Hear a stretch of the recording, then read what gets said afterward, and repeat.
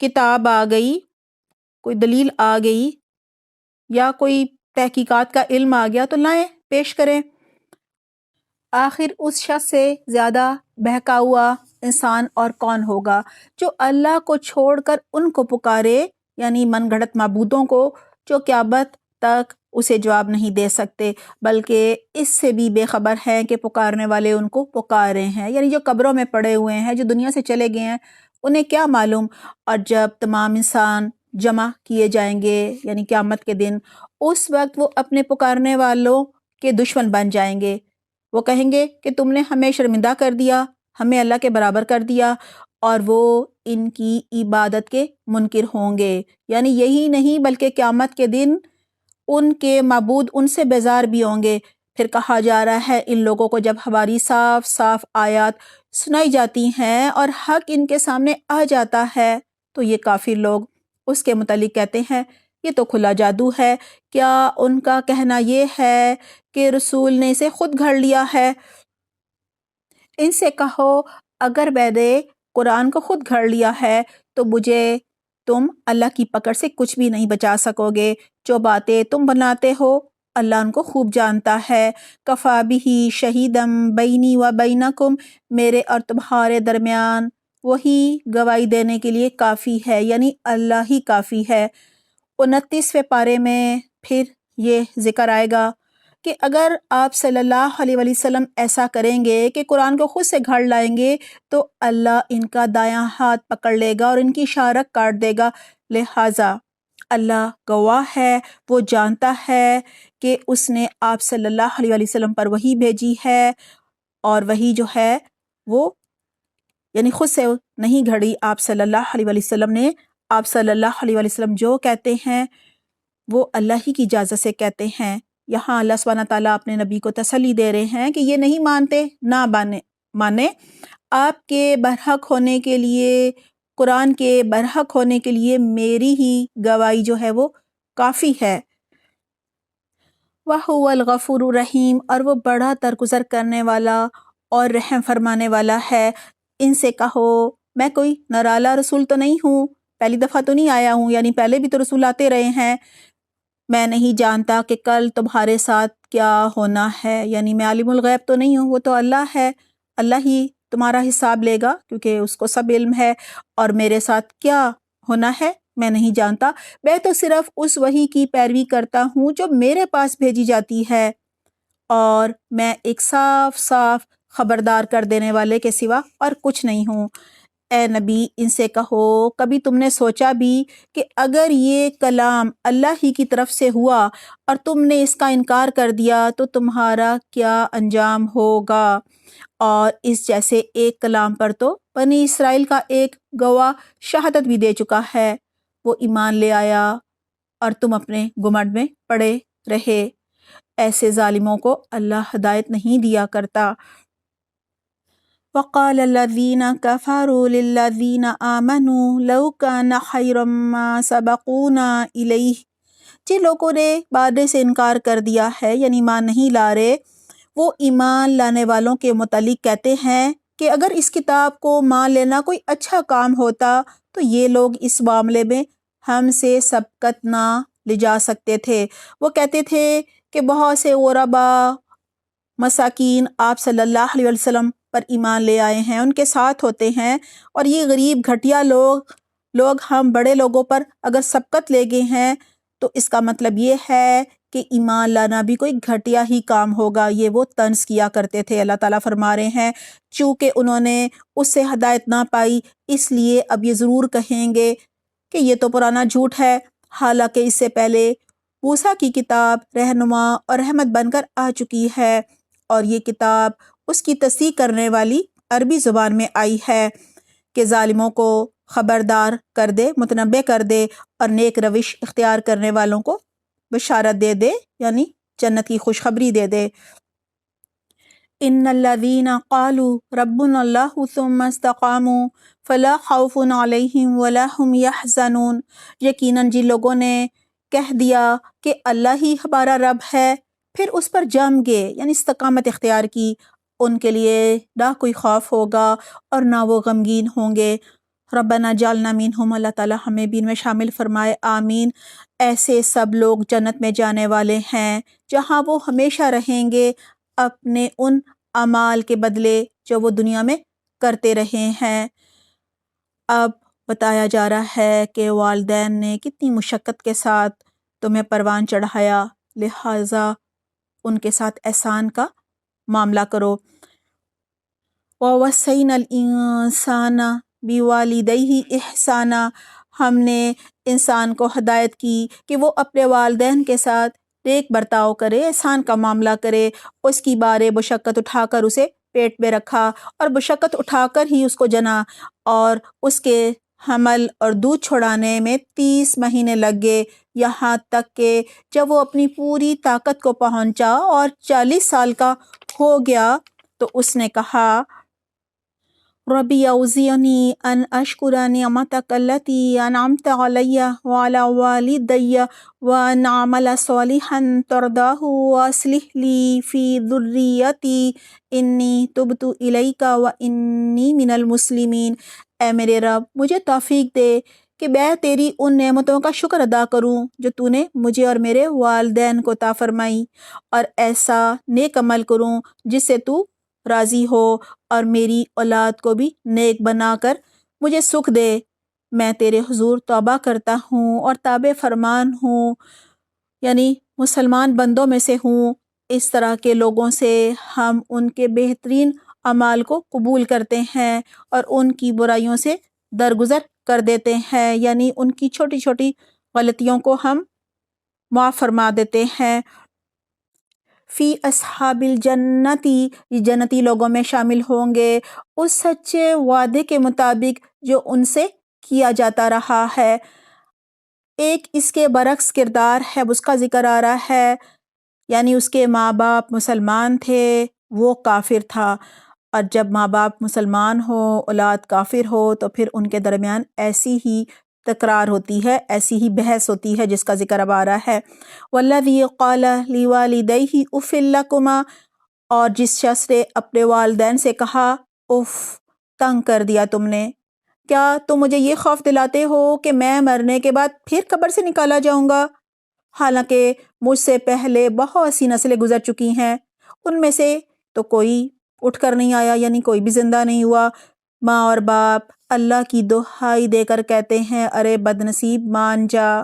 اللہ کا وعدہ سچا ہے، یعنی قیامت آئے گی، تیرا حساب ہوگا، تیاری کر لے۔ مگر وہ کہتا ہے یہ سب اگلے وقتوں کی فرسودہ کہانیاں ہیں، یہ وہ لوگ ہیں جن پر عذاب کا فیصلہ چسپاں ہو چکا ہے، یعنی عذاب کے مستحق ہو گئے ہیں۔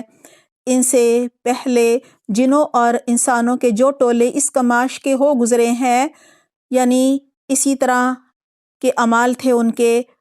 انہی میں یہ بھی شامل ہوں گے۔ بے شک یہ گھاٹے میں رہ جانے والے لوگ ہیں، دونوں گروہوں میں سے ہر ایک کے درجے ان کے اعمال کے لحاظ سے ہیں، تاکہ اللہ ان کے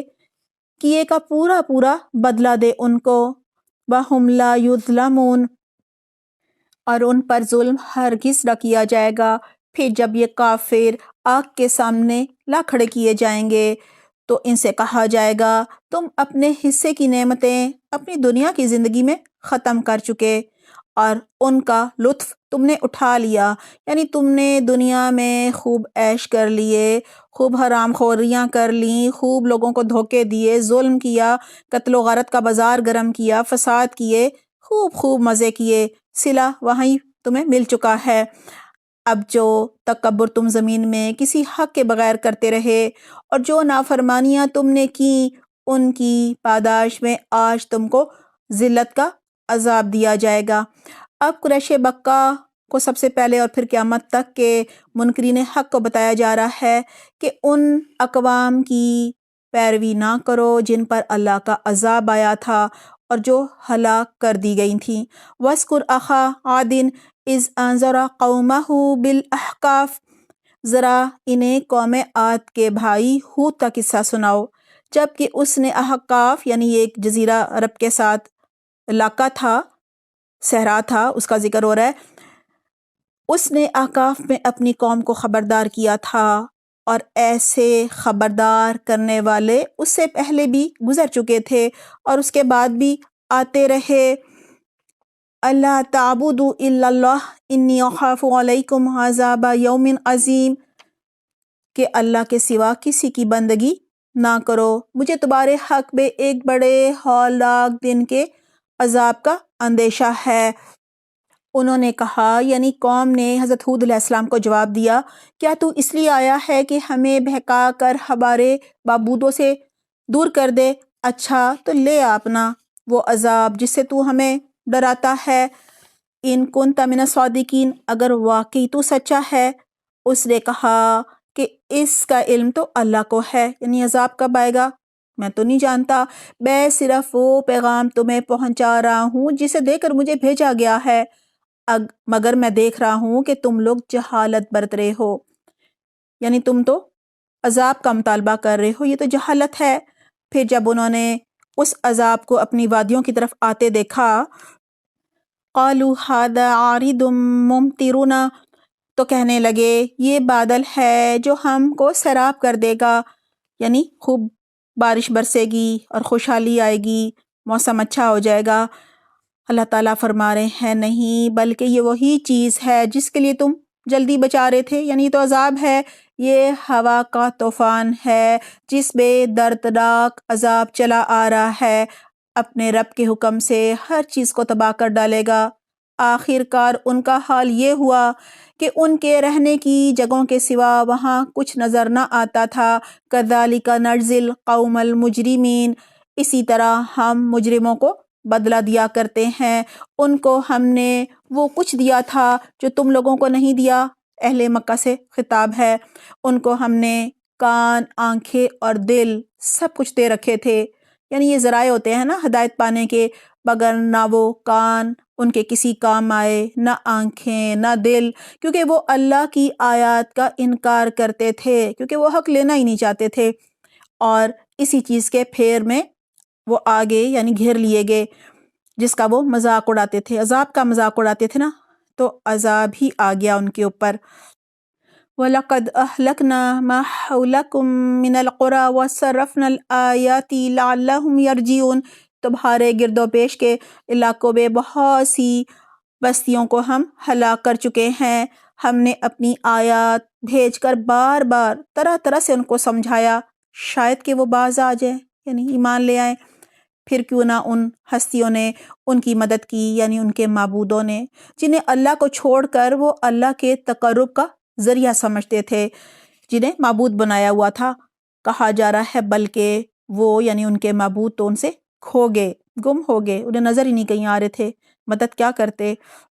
وَذَلِكَ إِفْكُهُمْ وَمَا كَانُوا يَفْتَرُونَ، اور یہ تھا ان کے جھوٹ اور ان بناوٹی عقیدوں کا انجام جو انہوں نے گھڑ رکھے تھے۔ نبوت کے 10ویں سال حضور صلی اللہ علیہ وآلہ وسلم جب طائف کے وہاں کے لوگوں نے پتھر مارے، آپ لہو لہان ہو گئے اور بہت غمگین تھے، واپسی پر وادی نخلہ میں آپ نے فجر کی نماز پڑھائی، ایک جنوں کی جماعت وہاں سے گزری، ٹھٹک گئی، رک گئی، اس نے قرآن سنا، نہ صرف ایمان لے آئی بلکہ جا کر تبلیغ بھی شروع کر دی۔ اب اسی کا ذکر آ رہا ہے، وَإِذْ صَرَفْنَا إِلَيْكَ نَفَرًا مِّنَ الْجِنِّ يَسْتَمِعُونَ الْقُرْآنَ، اور وہ واقعہ بھی قابل ذکر ہے جب ہم جنوں کے ایک گروہ کو تمہاری طرف لے آئے تھے تاکہ قرآن سنیں۔ جب وہ اس جگہ پہنچے جہاں تم قرآن پڑھ رہے تھے تو انہوں نے آپس میں کہا، انصتو، خاموش ہو جاؤ۔ پھر جب وہ پڑھا جا چکا تو وہ خبردار کرنے والے بن کر اپنی قوم کی طرف پلٹے۔ انہوں نے یعنی جنہوں نے جا کر کہا، اے ہماری قوم کے لوگوں، ہم نے ایک کتاب سنی ہے جو موسیٰ کے بعد نازل کی گئی ہے، تصدیق کرنے والی ہے اپنے سے پہلے آئی ہوئی کتابوں کی، رہنمائی کرتی ہے حق اور رائے راست کی طرف، ہدایت کی طرف۔ وَآمِنُوا بِهِ يَغْفِرْ لَكُم مِّن ذُنُوبِكُمْ، اے ہماری قوم کے لوگوں، اللہ کی طرف بلانے والے کی دعوت قبول کر لو، یعنی ایمان لے آؤ اور اس کو مان لو، اللہ تمہارے گناہوں سے درگزر فرمائے گا اور تمہیں عذاب علیم سے، دردناک عذاب سے بچا لے گا۔ وَمَن لَا يُجِبِ دَاعِيَ اللَّهِ فَلَيْسَ بِمُعْجِزٍ فِي الْأَرْضِ، اور جو کوئی اللہ کے داعی کی بات نہ مانے یعنی لبیک نہ کہے، وہ نہ تو زمین میں خود کوئی بل بوتا رکھتا ہے، یعنی کوئی اختیار کوئی طاقت نہیں رکھتا کہ اللہ کو زج کر دے یعنی اللہ کو ہرا دے، اور نہ اس کے کوئی ایسے حامی و سرپرست یعنی مددگار ہیں کہ اللہ سے اس کو بچا لیں۔ ایسے لوگ کھلی گمراہی میں پڑے ہوئے ہیں۔ اور کیا ان لوگوں کو یہ سجائی نہیں دیتا کہ جس اللہ نے یہ زمین اور آسمان پیدا کیے ہیں اور ان کو بتاتے ہوئے جو نہ تھکا، وہ ضرور اس پر قادر ہے کہ مردوں کو جلا اٹھے یعنی دوبارہ زندہ کرے۔ بلا انہ علی کل شیء قدیر، کیوں نہیں، یقیناً اللہ ہر چیز کی قدرت رکھتا ہے۔ جس روز یہ کافر آگ کے سامنے لائے جائیں گے، اس وقت ان سے پوچھا جائے گا الیس ھذا بالحق، کیا یہ سچ نہیں ہے؟ یہ کہیں گے ہاں ہمارے رب کی قسم یہ واقعی حق ہے۔ اللہ فرمائے گا اچھا تو اب عذاب کا مزہ چکھو اپنے اس انکار کی پاداش میں جو تم کیا کرتے تھے۔ فاصبر کما صبر اولو العزم، پس اے نبی صبر کرو جس طرح اولو العزم رسولوں نے صبر کیا، یعنی حضرت ابراہیم علیہ السلام، حضرت نوح علیہ السلام، حضرت موسیٰ علیہ السلام، حضرت عیسیٰ علیہ السلام اور حضرت محمد صلی اللہ علیہ وسلم اولو العزم رسول ہیں۔ پھر کہا جا رہا ہے اور ان کے معاملے میں جلدی نہ کرو، جس روز یہ لوگ اس چیز کو دیکھ لیں گے جس کا انہیں خوف دلایا جا رہا ہے، تو انہیں یوں معلوم ہوگا جیسے دنیا میں دن کی ایک گھڑی بھر سے زیادہ نہیں رہے تھے، یعنی قیامت کے دن انہیں ایسا لگے گا دنیا کی زندگی جو ہے وہ بس کچھ گھڑی ہی گزار کر آئے ہیں۔ بات پہنچا دی گئی فَهَلْ يُهْلَكُ إِلَّا الْقَوْمُ الْفَاسِقُونَ، اب کیا نافرمان لوگوں کے سوا اور کوئی ہلاک ہوگا؟ یہاں ہمارے لیے بھی سبق ہے کہ دین کے راستے پر چلتے ہوئے جو بھی آزمائشیں آئے ہم نے صبر کرنا ہے، کوئی گلہ شکوہ نہیں کرنا، اور انبیاء کرام کو دیکھنا ہے، وہ صبر کے پہاڑ تھے، ان سے زیادہ آزمائشیں تو کسی پر نہیں آئی نا۔ جب انہوں نے استقامت اختیار کی تو پھر اللہ نے ان کی مدد کی، اور اللہ سبحانہ تعالیٰ نے ان کے سارے مخالفین کو، منکرین حق کو، دشمنوں کو ہلاک کر دیا۔ پارہ نمبر 26 کا پہلا ربع سورۃ الاحقاف کی آیت نمبر 1 سے 35 تک ہے۔ عمل کے پوائنٹس نوٹ کیجئے۔ آیت نمبر 4، ہمیں دعوت دین دیتے وقت ہر بات دلیل کے ساتھ کرنی چاہیے۔ آیت نمبر 8، اگر ہم حق پر ہیں تو لوگوں کی مخالفت کی پرواہ نہیں کرنی چاہیے، ہمارے لیے اللہ سبحانہ تعالیٰ کی رضا اور ہمارے برحق ہونے پر اللہ کی گواہی ہی کافی ہوتی ہے۔ آیت نمبر 13، اگر ہم دنیا اور آخرت میں خوف و غم سے آزاد ہونا چاہتے ہیں تو ہمیں شعوری ایمان لا کر دین پر استقامت اختیار کرنی ہے۔ آیت نمبر 15، ہمیں والدین کے ساتھ احسان کا معاملہ کرنا چاہیے، ان کی خوب خوب خدمت کرنی چاہیے، ان کی سب ضرورتوں کا خیال رکھنا چاہیے، پیار محبت سے نرمی سے بات کرنی چاہیے، اور ان کے لیے دعائیں بھی کرنی چاہیے، رب ارحمہما کما ربیانی صغیرہ، اور انہیں اف بھی نہیں کہنا چاہیے۔ آیت نمبر 16 اور 17،